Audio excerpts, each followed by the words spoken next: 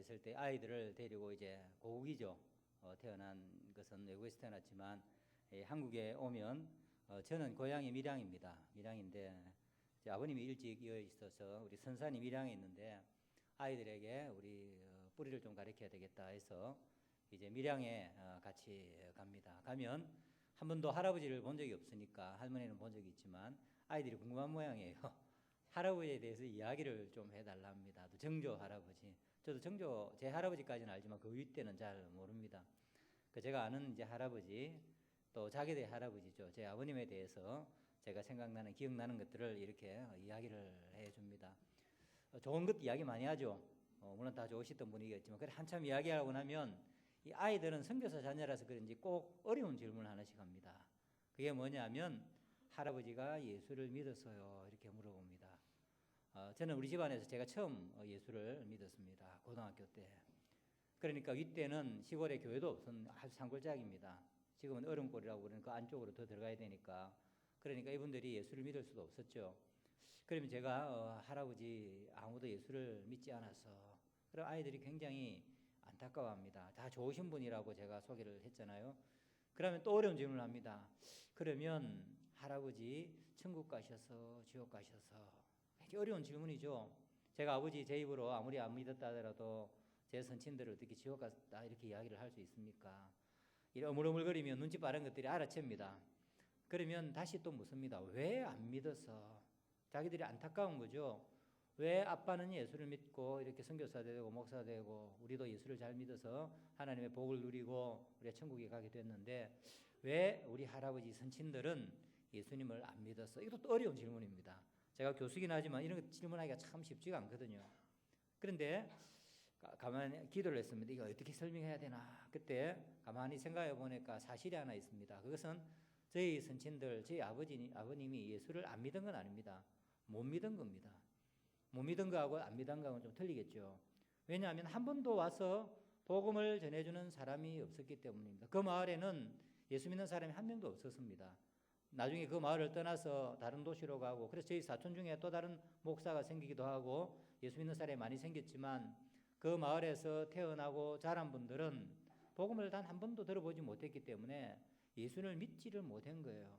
그러니까 예수를 안 믿은 것이 아니라 거절한 것이 아니라 믿을 수 있는 기회도 얻지 못한 거죠. 그래서 아이들한테 얘들아 할아버지 참 좋으신 분이셨는데 참 가슴 아프게 예수님을 안 믿은 것이 아니라 못 믿었단다. 그렇게 설명을 해줍니다. 그럼 우리 아이들이 제가 아버지가 선교사 아닙니까? 그러면 또 이것들이 금방 알아차립니다. 그래서 아빠가 지금 하나님이 외국에 선교사로 보내셔서 우리가 사는 저기 그 좋은 사람들 하나님 못 믿지 않도록 그래서 복음을 전하는 거구나. 그렇게 대답을 해서 얼마나 아이들이 귀여웠는지 모릅니다. 그래 맞아. 그래서 하나님이 우리를 보내셔서 단 한 사람도 복음을 한 번도 듣지 못하고 예수를 못 믿고 하나님 앞에 불려가서 심판받지 않도록 우리 가족을 보내주신 것이란다. 그렇게 이야기를 하면 예 아빠 자랑스러워요. 그렇게 이야기를 하곤 했습니다. 바로 하나님이 우리를 선교사로 보내시고 또 우리에게 선교를 하라고 하신 이유가 그거죠. 성경은 하나님은 모든 사람을 사랑하시고 모든 사람이 구원받기를 원하십니다. 그런데 그렇게 되기 위해서는 바로 로마서에서 이야기하는 것처럼 말씀하시는 것처럼 듣지 않고 어떻게 믿으리요? 한 번도 복음을 듣지 않았는데 예수님이 구세주시오 우리를 대신해서 돌아가셨다 하는 것을 우리를 사랑하신다는 것을 들어보지 못했는데 사람들이 예수 믿을 방법이 없지 않습니까? 그래서 듣지 않고 어떻게 믿으리요? 그런데 다음에 전하는 자가 없으면 어떻게 들으리요? 보내지 않으면 어떻게 전하리요? 그렇게 말씀을 하고 있는 것입니다. 그래서 예수님은 부활하시고 난 뒤에 마지막으로 승천하기 직전에 제자들에게 땅끝까지 가서 모든 민족에게 내 증인이 되어라. 복음을 전가하라라고 그렇게 말씀을 해 주신 것입니다. 그래서 제자들은 목숨을 걸고 순교하면서 땅끝까지 복음을 전한 것이죠. 그것은 제자들에게만 준 것이 아니라 바로 모든 그리스도인들에게 주신 것입니다. 그 명령을 받았던 첫 12제자 중에 한 명이 바로 사도 요한이셨죠.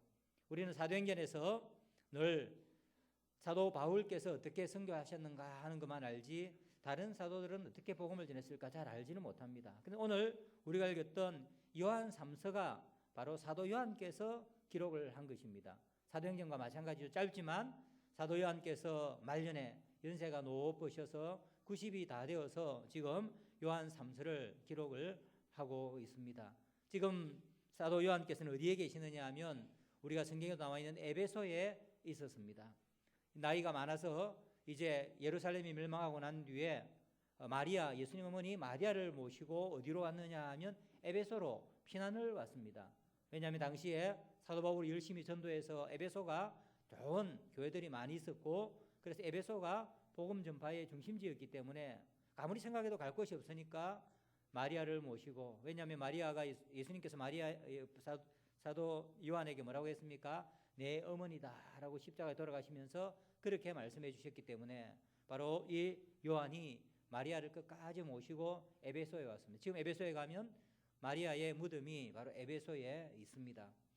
이곳이 있으면서 사도 바울은 연로하였지만 바로 하나님께 예수님께서 자신에게 말씀해 주신 그 복음의 사역을 열심히 감당을 하고 있었습니다. 그래서 에베소에 있으면서 많은 사람들을 양육하여 선지자를 양육한 거죠. 그래서 그 지역에 있는 복음이 전해지지 않는 도시들, 마을들, 산골들로 사람들을 보내었습니다.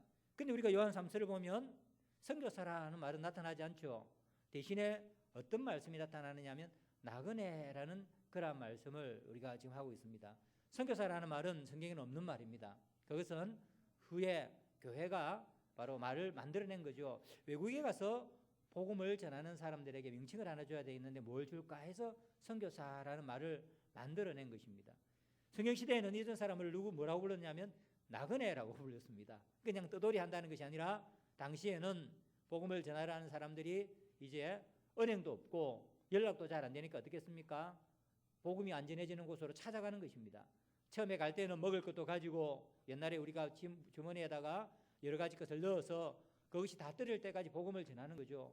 그러면 이제 먹을 것이 다 떨어지면 그 좀 예수 믿은 사람들 그리고 복음을 받은 사람들이 또 도와주는 것입니다. 다음 마을로 갈 때에 이것 가지고 모잣돈 내서 가서 복음을 전하십시오 하면 그것을 채워주면 또 다른 마을에 가서 복음을 전하고, 그래서 나중에 먹을 것이 다 떨어진다든지 이제 몇 년이 지나고 나면 다시 돌아오죠. 그래서 성경에는 오늘 사도 요한 3서에 보면 나그네라고 그렇게 하고 사도 요한께서 사람들을 보내었는데 그들이 이 마을 저 마을 떠돌아다니면서 복음을 전하고 교회를 세우는 그러한 일을 하게 된 것이죠. 그리고 난 뒤에 이 사람들이 돌아와서 보고를 합니다. 우리 선교사들 보고할 듯이 사도 요한에게 사도 요한 선생님 우리가 복음을 전했는데 이러한 일들이 일어났습니다 하고 보고를 하고 있습니다. 오늘 바로 그 보고 내용이 바로 여기에 있는 내용입니다. 그런데 여기에 보면 두 종류의 교회, 두 종류의 신자가 있었습니다. 이렇게 복음을 전하면 우리가 선교사를 도와야 안 되겠습니까? 그죠? 그런데 오늘날처럼 이렇게 돈을 송금할 수도 없고 이러기 때문에 거기에 있는 교회가 돕지 않으면 선교를 할 수가 없었습니다. 그런데 어떤 교회들은 잘 도와줬는데 어떤 고약한 교회, 어떤 고약한 성도들은 선교에 동참하지 않고 오히려 선교를 방해하고 선교하는 사람들을 쫓아내는 그러한 교회가 있었습니다. 정말 이해하기 힘든 일입니다. 이제 예수님께서 성천하신 지 얼마 안 됐고 지금 사도 요한 예수님의 제자께서 지금 직접 사람들을 파송해서 보냄에도 불구하고 그 은혜로 교회가 세워졌음에도 불구하고 선교에 동참하지 않은 그러한 교회들이 있었다 하는 것이죠. 여러분들 우리 9절 한번 보시기 바랍니다. 거기에 대해서 이렇게 이야기합니다. 내가 두어 자를 교회에 썼으나 그들 중에 어떤 되기를 좋아하는 디오드레베가 우리를 맞아들이지 아니하니라고 그렇게 이야기합니다. 바로 우리라는 말은 나그네죠. 디오드레베라는 사람이 교회에 아마 목사쯤 되었을 겁니다. 아니면 장로 높은 지도자였겠죠. 그가 우리를 받아들이지 아니하니, 이 말은 뭐냐면 선교하는데 동참하지 않았다라고 하는 그런 말씀입니다. 그리고 10절에 보면 그러므로 내가 가면 그 행한 일을 잊지 아니하리라 책망을 하겠다는 것입니다. 그가 말하기를 그가 바로 이 디오드레베가 악한 말로 우리를 비방하고도 오히려 부족하여 형제들을 맞아들이지도 아니하고 맞아들이고자 하는 자들을 금하여 교회에서 내쫓는도다. 이 교회 지도자인데 선교하는 사람들이 가면 당연하게 필요한 것을 공급을 하고 선교에 동참을 해야 될 텐데 이 사람은 뭐라고 했느냐 하면 오히려 뭐라고 이야기합니까? 악한 말로 우리를 비방했다. 그 뭡니까? 왜 쓸데없이 선교사 보내냐 하는 것입니다. 저 사람들 와가지고 우리가 귀찮아서 죽겠다. 그리고 사도 요한은 이제 늙었으면 가만히 있지 뭐 자꾸만 사람들을 보내어서 우리를 귀찮게 하느냐 하고 비방을 했다라고 그렇게 말씀을 합니다. 그리고 뭐라고 이야기합니까? 오히려 그것도 부족하여 형제들을 맞아들이지도 아니하고 복음을 전하면 그 교회에서 맞아서 그 옆에 있는 다른 교회 사람들에게 복음을 전해야 되는데 아예 문전박대한 것입니다. 아 당신 못 들어야 되니까 당신 알아서 하시오. 우리가 당신 오라 한 적이 있습니까? 들어오지 마시오 하면서 선교사들을 문전박대했다라고 이야기합니다. 더 나아가서 맞아들이고자 하는 자들을 금하여 교회에서 내쫓는도다. 근데 양심 있는 성도들이 아니 그럴 수가 있습니까? 우리가 어떻게 예수를 믿었습니까? 예수님의 명령을 수행하러 우리 교회 온 사람들을 내쫓는 것은 그냥 빈손으로 돌려보내는 것은 이것은 하나님이 기뻐하지 않습니다. 우리가 도와줘야 하고 몰래 도와주는 사람이 있으면 바로 교회에서 내쫓았다. 이 말도 안 되는 일을 하고 있는 것이죠. 선한 일을 하는데 복음 전파를 하는데 그게 동참을 하는데 오히려 교회에서 내쫓았다라고 그렇게 지금 말씀을 하고 있는 것입니다. 그에 대해서 이야기하기를 바로 그런 사람이 지도자가 있던 디오드렙에 대해서 어뜸되기를 좋아하는 사람이다. 이 사람은 높아지는 것을 좋아했던 모양입니다. 그래서 아마 교회에서 서리 집사 때부터 열심히 봉사를 했겠죠. 그래서 나중에 안수 집사도 되고 오늘날 이야기하면 장로님도 되고 그래 제일 목사까지 돼서 높은 자리에 이렇게 있으니까 가만히 보니까 자기가 목사가 되고 보니까 선교사들이 도움이 안 되거든요. 그래서 처음에는 이야기합니다. 선교 좀 도와주세요 하면 에이 우리가 필요한 것이 얼마나 많이 있는데 우리 이웃 때에도 우리 교회 안에도 필요한 사람이 많고 우리 주위에도 어려운 사람들이 많이 있는데 뭐 그 선교하자고 자꾸만 그렇게 합니까? 하면서 선교를 하지 않으려고 합니다. 그리고 오면 우리 돈 없어 나가서 왜 당신들이 안 그리고 일도 안 하고 말이야 우리는 열심히 일을 하고 있는데 일 안 하고 전도나 하러 다니면서 살 축내는 사람 하면서 그 사람들을 비방한 것입니다. 그리고 심지어 도와주려고 하면 이 성도들을 선교에 동참하는 성도들을 쫓아내는 이 고약하고 악한 짓까지 했다라고 그렇게 말씀을 하고 바로 이러한 자들이 초대교회 때 아직 사도께서 살아계시고 열정적으로 선교하는 그 시대에 벌써 이러한 사람들이 있었다는 거죠. 물론 우리 진교교회는 그런 것은 아닙니다. 그런데 놀랍게도 이러한 사람이 오늘날에도 많이 있습니다. 개인적으로 그러한 사람이 있고 교회적으로 그러한 교회가 또 있습니다. 제가 선교지에서 만났습니다. 서울의 아주 큰 교회 우리가 말만 하면 잘 알만한 큰 교회 안수 집사님이에요. 공부를 열심히 잘해가지고 외교관이 되었습니다. 제가 섬기는 나라에 이제 외교관으로 왔어요. 그래서 어느 날 제가 한번 우리 만나러 갔습니다. 왜냐하면 우리 선교사들이 자꾸만 잡혀가고 저는 이슬람권에서 살게 했기 때문에 선교사들이 잡혀가고 어려움이 있고 이러니까 외교부에서 도와줄 수 있잖아요. 불신자면 또 아까 모르는 척 하겠지만 안수 집사까지 되었으니까 그것도 큰 교회 잘 알려진 교회 믿음이 좋다는 교회에 안수 집사니까 우리가 어려움 당한 사람들 좀 도와줄 수가 있지 않겠나 해서 제가 친구 되는 우리 선교사님하고 찾아가서 인사도 드릴 겸해서 그런데 이 양반이 이제 마자를 줬어요. 차를 딱 마시면서 첫 번째 하는 이야기가 뭐냐면 선교사들 때문에 골치가 아파 죽겠다. 왜 쓸데없이 선교하러 와가지고 하면서 선교사들 욕을 하기 시작하는 겁니다. 기분 나쁘죠? 저도 선교사인데 우리가 뭐 피해 끼친 것도 아니고 그분이 하시는 말씀의 요는 뭐냐면 선교사들 당신들이 만일에 무슨 일을 일으키면 내 진급 방해된다는 거예요. 문제를 일으키게 되면 나라 양국 간의 문제도 생기게 되고 추방하게 되면 어려운 문제가 생기게 되면 자기가 진급을 못하게 되어서 출세하는 데 방해가 되는데 지금까지는 한국 선교사가 안 와서 좋았는데 이제 한국 선교사가 들어오기 시작했으니까 골치가 아프다는 것입니다. 그러면서 하는 말이 당신들 알아서 하시오. 굉장히 충격을 받았습니다. 불신자 같으면 그렇습니까? 하고 넘어가요. 불신자도 그러면 안 되죠. 우리나라 헌법에 보면 2조에 보면 뭐라고 있느냐면 대한민국 외국에 있는 국민들을 보호할 의무를 국가를 가진다. 우리가 선교를 하든 뭘 하든 우리가 국민들이 어려우면 국가가 해외에 있는 공간이 우리를 책임을 져야 하는데 그것도 못할 망정 교회에 있는 큰 교회 안수 집사가 귀찮다. 그러면서 우리 선교사 좀 다 나가줬으면 좋겠다. 그래서 도와달라는 말 한마디도 못하고 제가 돌아서 가슴이 많이 아프더라고요. 우리처럼 목숨을 걸고 선교하러 가는 사람도 있는데 하나님께서 그런 좋은 자리를 만들어서 보내주셨으면 그냥 어려운 사람들, 어려운 국민들로서도 우리가 많이 도와줄 수 있잖아요. 근데 그런 교회 사람을 만났습니다. 바로 디오드렙의 비슷한 사람이라고 할 수 있죠. 교회도 이런 교회가 있습니다. 제가 있었던 교회는 현진 교회는 세울 수가 없었지만 외국인 교회가 있었습니다. 그 가운데 영국 사람들이 모이는 교회가 있었습니다. 영사관 옆에 영국 교회가 모이는데 지금 우리 진거교회만 합니다. 근데 너무 예쁘게 잘 지었습니다. 영국에 가면 교회가 예쁘잖아요. 외국에다 건 교회를 짓고 영국 사람들이 예배를 드리는데 처음에는 한 분 좋은 목사님이 오셨어요. 그래서 교회 옆에 교육관이 있는데 또 이만큼 넓습니다. 그러니까 딴 데서는 예배도 못 드리고 전도 집회도 못 하는데 그곳에 우리가 토요일마다 대학에 가서 청년들을 전도하고 난 뒤에 이 교회가 있으니까 오십시오 하면 시내 중심가에 있으면 학생들이 옵니다. 그래서 우리가 2년 동안 그 교회 옆에 있는 교육관에서 마음껏 복음을 전했습니다. 장소가 얼마나 좋은지 몰라요. 그래서 많은 열매를 맺었는데 어느 날 목사님이 바뀌었어요. 가고 다른 목사님이 딱 왔는데 저희들이 생각할 땐 당연히 복음을 전하는데 열심히 있을 것이다라고 생각을 했습니다. 그런데 어디서 소식을 들었는지 첫날 설교를 하는데 영어로 물론 설교를 했습니다. 하면서 뭐 하느냐면 우리 가운데 쓸데없는 일을 하는 사람이 있습니다. 그게 무슨 이야기인가 들어보니까 복음 전하는 일을 한다는 거죠. 우리는 영국 사람입니다. 왜 무슬림들한테 전도해가지고 그 사람들 예수 믿게 만들려고 합니까? 이건 안 좋은 일입니다. 그래서 저 뒤에 있는 저 장소 폐쇄하겠습니다. 앞으로 우리 교회에서 전도하는 것을 금합니다. 저희들이 깜짝 놀랐습니다. 어떻게 목사라는 사람이 영국 교회 목사라는 사람이 저렇게 이야기할 수 있는가? 그리고 난 뒤에 그러고 난 뒤에 그 뒤에 우리가 늘 토요일마다 모이던 그 장소를 뭐로 만들었느냐 하면 댄스 교습소로 만들었습니다. 그래서 이제 토요일마다 노는 날마다 음악 틀어놓고 사람들 불러다가 무도회 춤추는 장으로 만들었습니다. 그래서 우리가 늘 기도했죠. 하나님, 저 나쁜 목사 좀 빨리 물러가게 해주시고 복음 전하는 새로운 목사 오게 해주십시오. 우리가 1년 동안 눈물로 기도했습니다. 그래서 그분이 가고 다른 분이 와서 다시 그곳이 열리기는 했지만 바로 근데 오늘날에도 바로 그러한 사람들이 있다 하는 것입니다. 가슴 아픈 일이죠. 그런데 그와는 다른 사람도 있었습니다. 바로 우리 1절에 나오는 바로 이 사람이죠.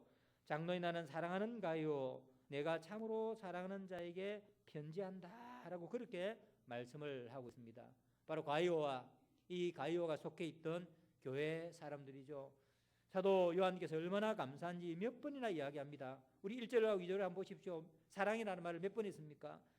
장로인 나는 사랑하는가요? 내가 참으로 사랑하는 자에게 편지하노니 사랑하는 자요 하면서 계속해서 사랑에 대해서 말씀을 하고 있습니다. 그러면서 내가 진리를 알고 진리 안에 행한다라는 것입니다. 이때 행한다를 때 뭡니까? 바로 복음을 전한다라는 것입니다. 그러면서 뭐라고 이야기합니까?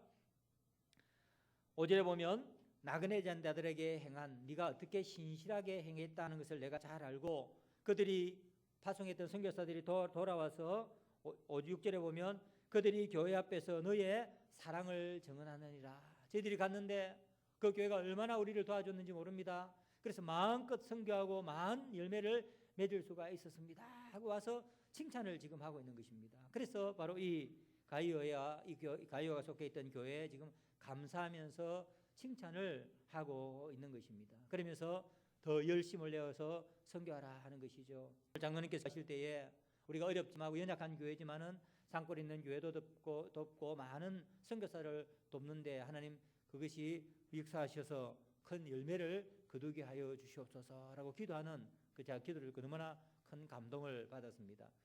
열심을 다하지만 다시 한번 우리가 하나님의 이 말씀을 우리가 받으면서 우리가 어떻게 선교해야 되는가 하는 것을 보겠습니다. 먼저 뭐라고 이야기하느냐 하면 사도 요한께서는 선교하는 것이 당연하다라고 그렇게 말씀을 하고 있습니다.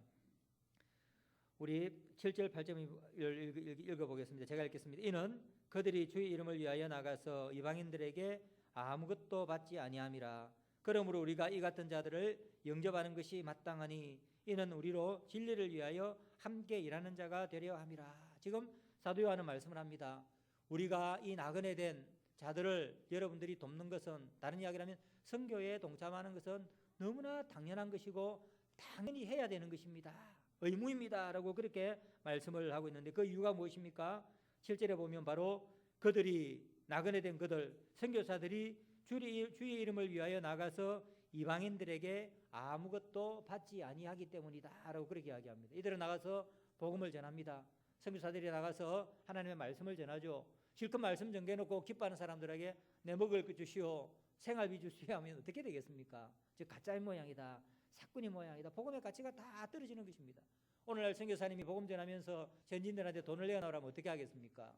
세상에는 사꾼들이 많이 있죠. 뭐 좀 가르쳐주고 돈 내어놓으라고 하는 사람들이 많이 있습니다. 그런데 만일 선교사님들이 나가서 복음을 전하면서 그들에게 신세를 진다든지 그들로부터 돈을 달라고 하면 복음의 능력이 사라지게 되는 것이고 의심을 받게 되는 거죠. 그래서 사도 바울도 말합니다.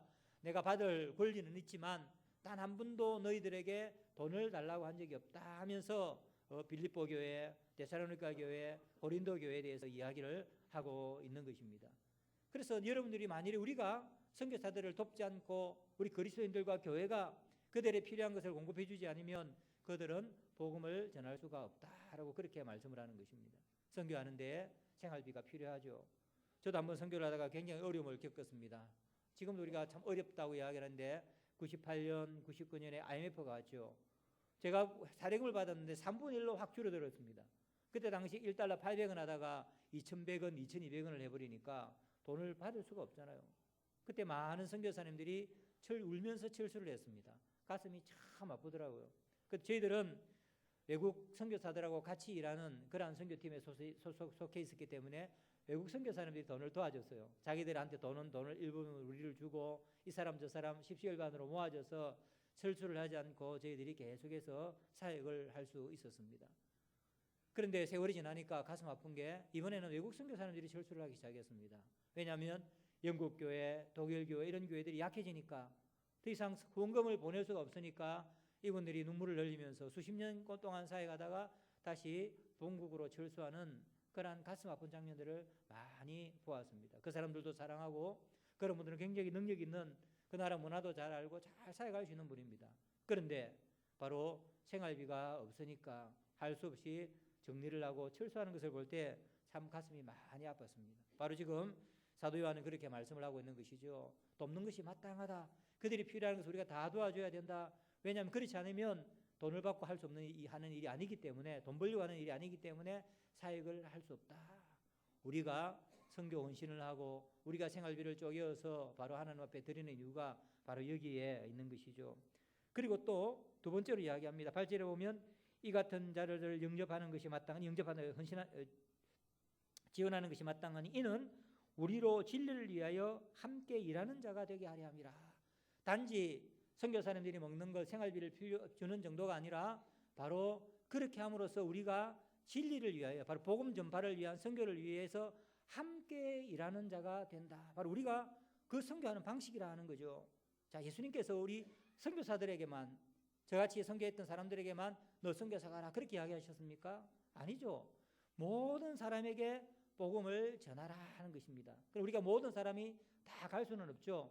선교사들은 가서 그 일을 하는 것입니다. 그것이 바로 우리가 가서 하는 사역을 하는 것이죠. 나머지 우리는 어떤 사역을 합니까? 후원하는 선교사로 사역을 하는 것입니다. 바로 보내는 선교사라는 말을 쓰죠. 세상의 모든 그리스도인은 다 선교사입니다. 그런데 사역의 형태가 다른 것이죠. 어떤 사람들은 파송을 받아서 현장에서 하는 선교사가 있고, 이곳에서 우리는 헌신하고 선교 헌금을 보냄으로써 일하는, 우리는 보내는 선교사인 것입니다. 그래서 지금 사도 요한은 바로 뭐랍니까? 우리가 이는 우리로 진리를 위하여 함께 일하는 자, 선교를 위하여서 함께 일하는 자인데, 선교사들은 나가서 일을 하고 우리는 이곳에서 바로 선교를 도움으로써 그리고 후원함으로써 우리가 이곳에서 일하는 선교사다라고 그렇게 말씀을 하고 있는 것입니다. 사는 성도 여러분, 바로 우리가 다 선교사입니다. 우리는 나가서는 하지 않지만 이곳에서 기도하고 눈물로 그곳에서 역사가 일어나도록 우리가 하나님 앞에 간구하고, 또 그곳에서 열매가 있을 때 기뻐하고, 그분들은 일을 하지 않기 때문에 우리 어려운 가운데서도 우리가 헌금을 정성스럽게 준비해서 하나님 앞에 드릴 때에 우리가 함께 선교하는 일을 하게 되는 것이에요. 여러분 감사해야 됩니다. 만일 여러분들 보고 선교하러 가라면 아이고 어쩌겠습니까? 오늘 우리 장로님도 기도하실 때에 음식도 다르고 풍토도 다르고 선교 사는 게 참 힘듭니다. 적응한다는 것이. 그런데 우리 보고 가라 소리 안 하고 그냥 너희들은 파송하는, 후원하는 선교사가 되라, 얼마나 감사합니까? 저는 대구에 있는 서문호교에서 파송을 받았는데 그곳에서 한 3년 6개월 정도 봉사를 했습니다. 그래서 그 교회에서 저보고 선교사로 가라 하더라고요. 그래서 왜 저는 선교사 될 마음이 없었는데 당회에서 그리고 성도들이 세계 선교회를 이렇게 조직을 해서 선교사 보내려고 기도하다가 지금은 선교사 갈 사람이 많이 있지만 그때만 해도 선교사 갈 사람이 없었습니다. 성경검도 준비해놓고 다 준비해놨는데 보낼 사람이 없으니까 누굴 보낼까 찾다가 제일 만만한 전도사, 제가 전도사였습니다. 그때 당신이 가시오 그래 이야기한 겁니다. 그 제가 그냥 갈 것 같습니까? 안 가지고 1년 동안 도망갔습니다. 교회 사표도 내고 그때 속으로 제가 이 경상도가 뿔뚝거리 났습니다. 저 아들 딸 다 하나 놓고 왜 내보고 가라노? 자기들 보내면 되죠. 내보고 자꾸만 가라나. 근데 나중에 제가 회개를 많이 했습니다. 그래서 제가 총각으로 있었는데 제가 선교사 가기 전까지만 해도 우리 권사님들이 딸된 권사님들이 맛있는 것도 갖다 주고 양발 단커리 갖다 주고 이러더라고요. 그래가지고 이제 선교사 가기로 결정을 하고 교회 앞에서 이제 김성훈 우리 전도사 앞으로 우리 선교사 후보가 되어서 졸업하면 바로 선교사 갑니다 하고 나니까 그 다음부터 양발 쪼가리 하나 놉니다. 아예 권사님들 딸둔 권사님들 제 피해 다닙니다. 왜냐면 아이고 우리 딸 데리고 가서 고생시키면 어떻게 하겠나 해서 도망 다닌 거죠. 그때부터 인기가 싹 났어. 얼마나 그랬으면 결혼도 못하고 제가 외국에 가서 선교사로 만나서 결혼을 다 했겠습니까? 여러분 가라면 어떻겠습니까? 감사하게 하나님이 우리를 부르시지 않고 이곳에서 기도하면서 보내는 선교를 함으로써 바로 함께 일하는 자가 되어라 그게 말이에요. 오늘 이것을 그렇게 하는 것이 마땅하다 당연하다 하는 것입니다. 이것은 피할 방법이 없다는 것입니다. 나는 못하겠습니다 해서는 안 된다는 것입니다. 그러므로 사랑하는 성도 여러분, 선교는 구제하고 다릅니다. 선교는 다른 구제나 기부는 어떻게 합니까? 할 수도 있고 안 할 수도 있고 돈 없으면 못하는 거 아닙니까? 우리가 누구 구제하시오 이러면 돈 없으면 우리는 못하는 것입니다. 어디에 기부하시오 이러면 돈 없으면 우리는 할 수가 없는 것입니다. 그러나 선교는 돈이 있다고 하고 없다고 안 하고 여유가 있다고 하고 없다고 하고 그렇게 하는 것이 아니죠. 선교는 그렇기 때문에 희생과 헌신인 것입니다. 그래서 우리가 그 말은 모든 것을 다 해야 된다는 말은 아닙니다. 그냥 기부하듯이 남 도와주시 하는 그런 것이 아니라 내가 선교에 참여하기 때문에 바로 내가 그곳에 하는 것이 마땅하다 하는 것이죠. 그러면 얼마나 해야 되느냐? 6절의 말씀을 보면 놀라운 말씀인데 내가 하나님께 합당하게 그들을 전송하면 좋으니라. 전송한다는 말은 보낸다는 말입니다. 또 다른 말로 후원한다 하는 말입니다. 지금 사도 요한은 뭐라고 말씀하시느냐 하면 그럼 우리가 너무나 당연한 것이고 선교사를 돕는 것이 우리의 의무고 보내는 선교사로서 우리가 해야 되는데 얼마만큼 해야 됩니까? 하고 우리가 질문하니까 거기에 대해서 하나님께 합당하게. 다른 말로 하면 예수님께서 우리 집에 오셔서 다음 마을로 이제 복음을 전가하러 가시는데 우리가 필요를 채워주는 그것이 바로 하나님께 합당하게 하는 것입니다. 이 말은 굉장히 부담되는 말 같지만 전혀 부담이 안 되는 말씀도 있죠. 이 말은 뭐냐면 우리가 없는데 빚내가 하라 그런 말씀은 아닌 것입니다.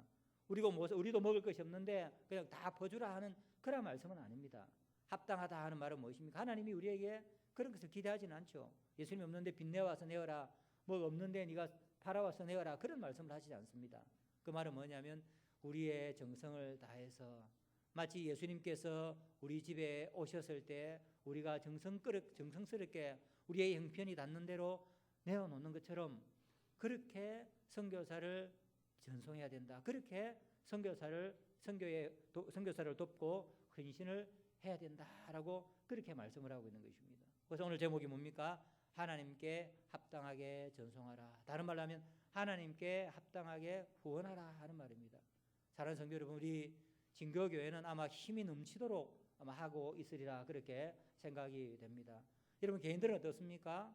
아직도 내 믿음이 부족하다, 내 형편이 부족하다, 다른 여러 가지 핑계를 대어서 만일에 교회가 하고 있는 이 선교에 동참하고 있지 않으면 이 말씀을 우리의 마음에 새겨야 하는 것입니다. 주님은 우리가 선교를 해야 된다.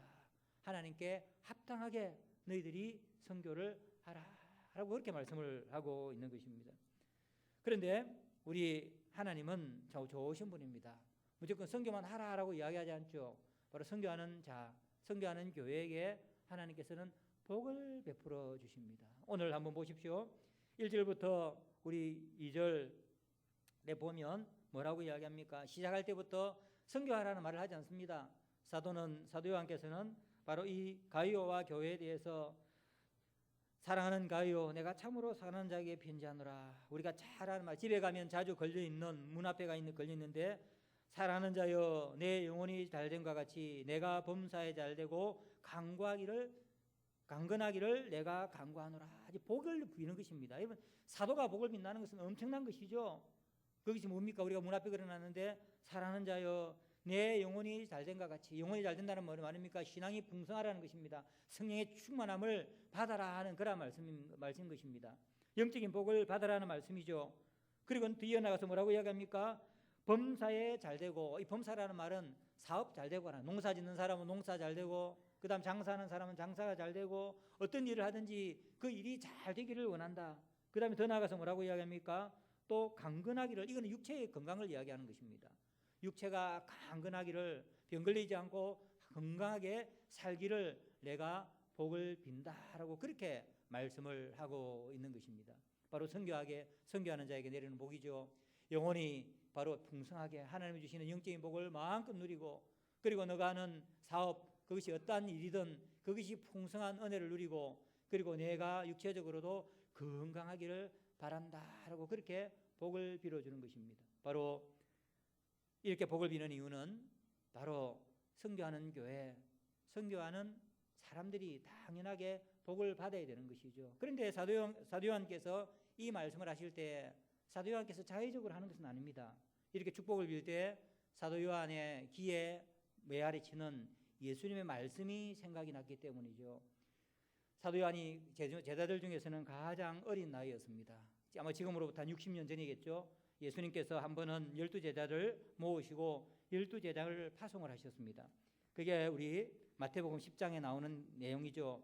그러면서 예수님께서 많은 말씀을 해주시는데 사도 요한은 일평생 이 말씀을, 예수님의 말씀을 늘 기억을 했을 것입니다. 사도 요한, 우리 요한 마태복음 10장의 내용이 많이 있지만 그 가운데 보면 두 벌 옷도 준비하지 말고, 그리고 신발 2개도 준비하지 말고, 그 다음에 지팡이도 많이 준비하지 말고 그냥 가면 아무 집에나 들어가서 먹을 것을 구해라. 그러면 주면 그 준 사람들이 복을 받고, 주지 않으면 신발을 털어버리고 나와라. 그렇게 이야기를 했습니다. 바로 나그네를 보내라 하는 말이죠. 아마 사도 요한은 일평생 그 말씀을 기억하면서 살았을 것입니다. 그러면서 영접하는 자들에게 예수님께서는 복이 있을 것이다 라고 이야기했습니다. 부담스럽지 않겠습니까? 아무리 제자라 하더라도 가서 나무 집에 들어가서 뭔가를 얻어먹고 나오면, 그 사람들, 어려운 사람들한테 뭘 받고 나오면, 자기들도 신발 2컬이도 제대로 없는데 신발 있는 거 새 신발 주면 받고 나올 때 굉장히 마음이 부담스럽지 않겠습니까? 저도 선교사 하면서 많이 부담스러운 것이 뭐냐면 성경금을 받으면 부담스럽습니다. 한국에 와서 어떤 성도들이 집에 정성스럽고 식사를 대접하는데 보면 형편이 넉넉지 못해요. 그런 분들이 뭐 대접하는 거 받으려면 가슴이 굉장히 아픕니다. 안 받았으면 좋겠다. 근데 예수님은 받으라라고 이야기하십니다. 그러면서 마태복음 10장 40절부터 42절 말씀까지 이런 말씀을 주셨습니다. 제가 한번 읽어보겠습니다. 예수님께서 바로 요한에게 해주신 말씀이죠. 이런 말씀을 하십니다. 너희를 영접하는 자는, 지금 12사도를 선교사로 보내셨는데 바로 선교사로 영접한다 하는 말입니다. 너희를 영접하는 자는 나를 영접하는 것이요, 나를 영접하는 자는 나를 보내신 이를 영접하는 것이니라. 선지자의 이름으로 선지자를 영접하는 자는 선지자의 상을 받을 것이요, 의인의 이름으로 의인을 영접하는 자는 의인의 상을 받을 것이요, 또 누구든지 제자의 이름으로 이 작은 자 중 하나에게 냉수 한 그릇이라도 주는 자는 내가 진실로 너희에게 이르노니 그 사람이 결코 상을 잃지 아니하리라 라고 예수님께서 말씀해 주셨습니다. 너희들 부담 가지지 말아라. 가서 너희들을 영접하면 그것은 너희를 영접하는 것이 아니라 너희를 보내는 나를 영접하는 것이요, 나만 영접하는 것이 아니라 바로 나를 구원하라고 세상에 보내신 하나님을 영접하는 것이다. 그래서 지금 사도 요한이 하나님께 합당하게 영접하라라고 그렇게 말씀을 하시는 것입니다. 누구든지 선교사를 영접하고 그를 구원하게 되어지면 선교사에게 하는 것이 아니라 바로 예수님과 하나님에게 하는 것이다 하는 것입니다. 그래서 누구든지 작은 자 하나, 바로 예수님의 제자들을 중에 이야기하죠. 이 소자, 연약하고 연약하고 힘없이 보이는 그 사람에게 찬물 한 그릇이라도 대접하면 하나님께서는 그 상을 결단코 잃게 하지 아니하실 것이다. 다른 이야기를 하자면 복을 주시겠다 하는 것입니다. 바로 선교사를 영접하면 선교사에 해당하는 상을 주시고, 의인을 영접하면 의인에 해당하는 상을 주시겠다라고 그렇게 말씀을 하는 것입니다. 제가 한국에 오면 사람들이 늘 이야기합니다. 뭐라고 이야기하냐면 아유 선교사님 좋겠습니다. 왜요? 그러면 그 귀한 일 하시니까 복 많이 받잖아요. 그 어려운 곳에 가서 저는 친구 세 사람이 순교를 당했습니다.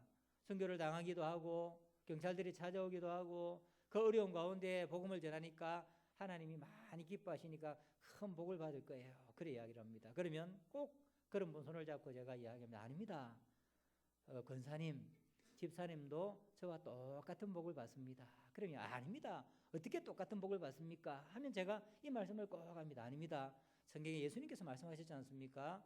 지금 집사님께서 권사님께서 나의 손을 잡고 이렇게 제가 선교사라고 이렇게 따뜻하게 정성을 베풀어 주시고 이렇게 하시면 바로 이렇게 영접하면 우리 예수님께서 말씀하시기를 누구든지 선교사를 영접하면 바로 선교사의 상을 받을 것이다 라고 그렇게 말씀해 주셨습니다. 제가 어떤 상을 받을지는 알 수 없지만 또 앞으로 어떤 축복을 누릴지는 알 수 없지만 집사님, 권사님도 똑같은 그러한 복을 누리게 됩니다. 바로 그것이 예수님께서 말씀하신 것입니다. 60년 전에 예수님께서 사도 요한에게 그것을 말씀해 주셨기 때문에 사도 요한은 지금 그 말씀을 기억하면서 이 가이오에게 이야기하는 게 사랑하는 자여 바로 너가 선교사들을 그렇게 영접하니 바로 그에 맞는 합당한 복을 너가 받을 것이다. 영혼이 풍성해지고 내 육체가 강건해지고 내가 범사에 무엇을 하든지 간에 잘 되기를 내가 간구하는데 하나님이 그렇게 직접 복을 주실 것이다 라고 그렇게 말씀을 하는 것입니다. 바로 이것이 선교한 자, 선교하는 교회가 받는 복입니다. 사랑하는 진교교회 성도 여러분, 여러분들이 선교사의 이름으로 선교사를 작은 것이라도 후원할 때 선교사의 상을 받는다 하는 것을 믿으시기 바랍니다. 하나님은 여러분들이 하는 헌신을 단 하나라도 땅에 떨어지게 하지 않으실 것이라는 것을 여러분들 믿으시기 바랍니다. 실제로 하나님께서 그러한 복을 주십니다. 저도 이러한 경험을 많이 했습니다. 두 가지만 말씀을 드리고 마치려고 합니다. 한 교회를 제가 소개를 시켜드리려고 하는데 우리 목사님이 잘 아는 교회라서 소개를 하는 것입니다. 대구에 가면 샘물교회라는 교회가 있습니다. 소재훈 목사님이라는 분이 목회를 하시는데 이분이 개척교회를 하셨어요. 옛날 이름은 그러니까 CG 삼성교회라고 했는데 제가 이제 그것으로부터 후원을 받았습니다. 40명, 50명 뭐 이런 자그마한 개척교회에서 얼마나 힘들겠습니까? 그래서 제가 그 교회에서 후원을 받아 늘 그 교회를 기도를 많이 했습니다. 이 말씀을 기억하면서. 그런데 한 번은 가니까 이제 교인들이 한 80명 정도 모였어요. 그런데 그 지역이 재개발에 묶여버렸습니다. 그러니까 이제 그 지에 있는 옆에 있는 건물들을 다 얼어버리고 아파트 짓는다고. 그런데 한 2년 동안 이 합의가 안 되는 거예요. 그러니까 사람들은 주위에 아무도 안 삽니다. 가면 폐허가 된 마을의 집들 다 뜯어버리고 그 안에 교회만 덜렁하게 있으니까 사람들이 전도가 안 되는 거죠. 그런데 업자들은 돈 적게 주려고 교회하고 계속해서 교회 합의를 안 봐주는 것입니다. 어려움을 참 많이 겪었습니다. 어느 날 선교지에 있는데 전화가 왔습니다. 그때 우리가 교회를 이제 살려고 한창 기도하고 있는데 우리 성도들이 아무리 열심히 헌금하고 우리 선교사들이 돈을 모아도 우리가 해외 요청을 하지 않기로 했습니다. 하나님이 주시면 하자. 그러니까 우리가 하나님 우리 선교 편지를 써서 기도 편지에 돈 좀 도와주십시오 이런 날은 이야기는 하지 말고 하나님 주시면 하자 하고 우리가 같이 기도를 했어요. 하나님의 역사하시는 손길을 보고 싶어서 그런 것이죠. 그래서 이제 저희들이 12월까지 건물에 돈을 지급하지 않으면 돈을 몇 천만 원을 날리게 생겼습니다.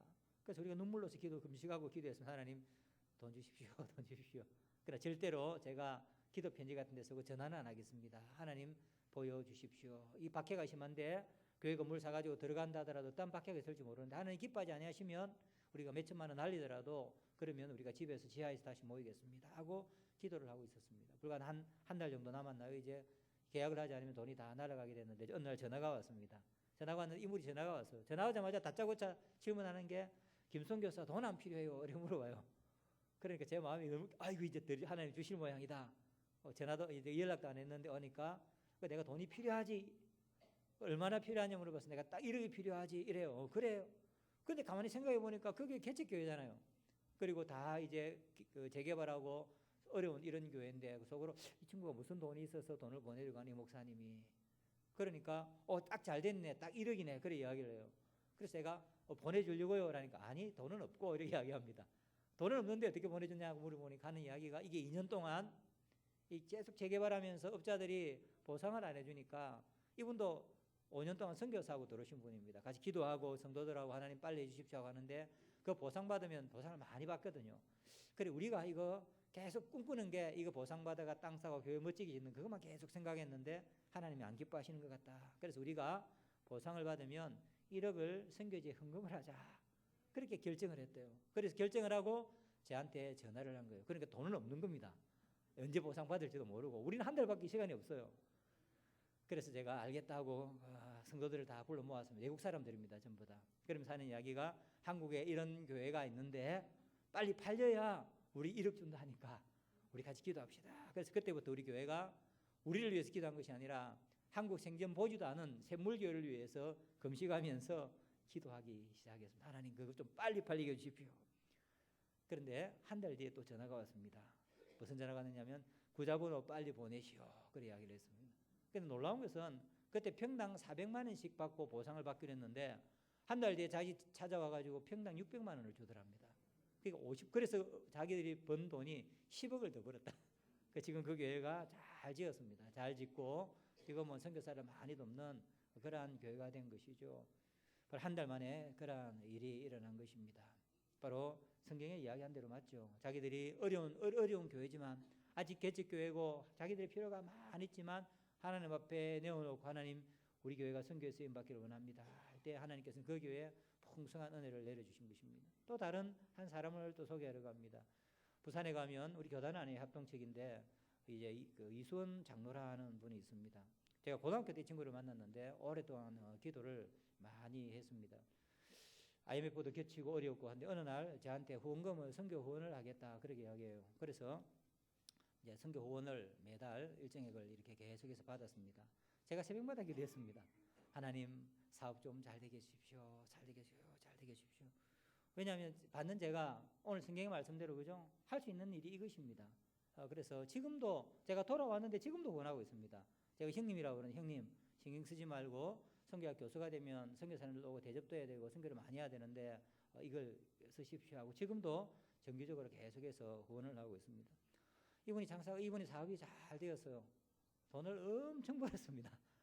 그 장로가 되어지고 교회 하나를 다 책임질 만큼 지금 여기 혹시 부산에 가면 자갈치 시장 앞에 딱 정문입니다. 큰 게 앞에 보면 호텔이 하나 있는데 이름이 노아 호텔입니다. 이름도 노아 호텔 방주처럼 한다고 해서 호텔만 있는 건 아니죠. 그 근방에 땅들을 많이 가지고 있는데 이분이 돈 버는 족족 선교하는데 그렇게 그래서 40대가 되기 전에 돈을 뭐 얼마나 벌었는지 잘 모르겠습니다. 그래서 제가 그런 분들을 볼 때마다 어렵고 힘들지만 최선을 다해서 선교할 때 하나님께서는 오늘 가이어에게 주시는 복처럼 그런 복을 채워주시는 거구나. 뭐 그런 예를 들자면 끝이 없이 다 들 수가 있겠죠. 우리 하나님은 자신의 일을 귀하게 여기시고 거기에 관심을 가지고 거기에 최선을 다하면 하나님 우리 일에도 똑같이 관심을 가지시고 하나님께서 풍성하게 채워주시는 것입니다.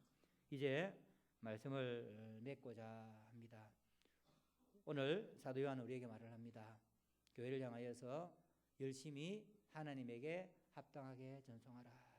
그런데도 이 디메드리오와 그가 속한 교회처럼 고약한 일을 하면서 하나님의 말씀을 거역하는 그리고 자기들만 생각하는 그러한 교회와 그러한 성도들이 여전히 있는 것도 사실입니다.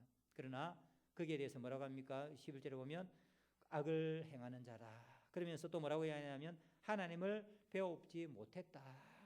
지금까지 하나님을 만나지 못했기 때문에 구원의 기쁨도 모르고 하나님이 소중하게 여기는 것을 소중하게 여기지 못하는 사람이다. 그런 사람은 미래도 없을 것이고 하나님께서 약속하신 신령한 복도 누리지 못할 것입니다. 그러나 가요와 그가 속한 교회처럼 바로 진심을 다하여서 바로 하나님에게 합당하게 대하는 것처럼 합당하게 우리의 정성을 모아서 우리가 복음사역에 동참하는 우리가 보내는 선교사를 위해 사역을 다 감당할 때에 하나님은 우리 개개인에게 복을 내려주실 것입니다. 영적으로 풍성하고 건강하고 그리고 범사가 잘 되는 그러한 복을 내려주실 것입니다. 또 그러한 교회를 하나님께서 기억하시면서 그러한 교회에 하나님께서 한량없는 성령의 복을 내려주시고 부흥하는 그러한 능력을 허락해 주실 것입니다. 그래서 우리가 집에 걸어놓아야 되는 것 우리가 우리 가게에 걸어놔야 될 것은 바로 2절 말씀이 아닙니다. 우리가 가면 항상 사랑하는 자여 내 영혼이 잘된 것 같이 내가 범사에 잘되고 강건하기를 내가 간구하노라 해서 이렇게 이사를 간다든지 아니면 사업을 한다든지 이런 것을 걸어놓는데 그것보다도 더 좋은 것은 뭐냐면 하나님께 합당하게 전송하라. 이 구절이 사실은 6절이 9절이 훨씬 더 중요합니다. 그렇게 할 때 바로 2절에 나온 이것들은 따라오게 되는 것입니다. 오늘 사랑하는 성도 여러분들 선교 헌신 예배로 지금 이 자리에 헌신한다는 것을 우리를 내어놓는다 하는 것이죠. 바로 우리가 내어놓는 방식이 그것입니다. 그리고 가중하지 않게 하나님이 주시는 은혜대로 우리가 정성을 모아서 하나님께 합당하게 복음의 사역에 동참할 때에 우리 진교교회에 크신 은혜를 베풀어 주실 것입니다. 그리고 가이오가 받았던 이러한 복처럼 여러분들도 이러한 풍성한 복을 누리게 될 것입니다. 온 땅 세계 끝까지 복음을 전하는 데 동참하는 여러분들이 되기를 바라고 또 그러한 풍성한 복을 누리는 여러분들과 우리 진교교회가 되기를 주님의 이름으로 축원드립니다. 기도하겠습니다.